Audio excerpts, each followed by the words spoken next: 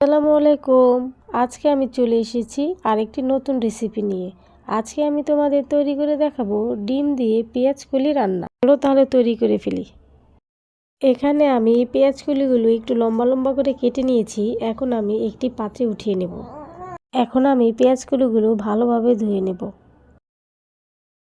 একটি পাতিলে দিয়ে দিব আধা কাপ পরিমাণ সয়াবিন তেল, দিয়ে দিব দুটো পেঁয়াজ কুচি, 4 থেকে 5টা কাঁচামরিচ এবং টুকরো করে রাখা রসুন। এখন আমি এগুলো একটু ভেজে নেব। হালকা একটু ভেজে নেবার পর দিয়ে দিব টুকরো করে রাখা আলু। এরপরে দিয়ে দিব গাজর। এরপরে দিয়ে দিব আমি হাফ চামচের মতো লবণ। এখন আমি সবগুলো উপকরণগুলো নেড়ে নেব।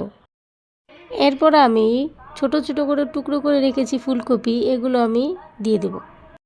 এরপরে দিয়ে দিব সামান্য পরিমাণ মরিচের গুঁড়ো, হাফ চামচ হলুদের গুঁড়ো। এরপরে দিয়ে দিব আমি সামান্য পরিমাণ পানি দেওয়ার পর একটু নেড়ে ঢেকে দেব। এরপরে সবজিগুলো হালকা একটু সিদ্ধ হয়ে গেলে দিয়ে দিব পেঁয়াজগুলো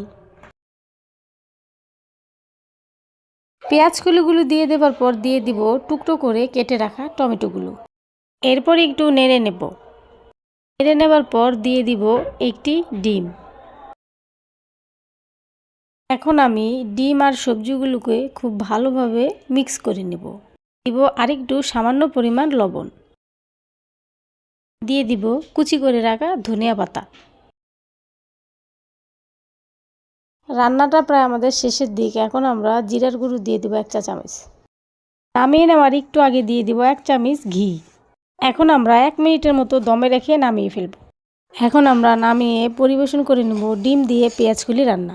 ভিডিওটি সহজ এবং ভালো লাগলে অবশ্যই লাইক, কমেন্ট, শেয়ার করবে। আজ এতটুকুই। আল্লাহ হাফেজ।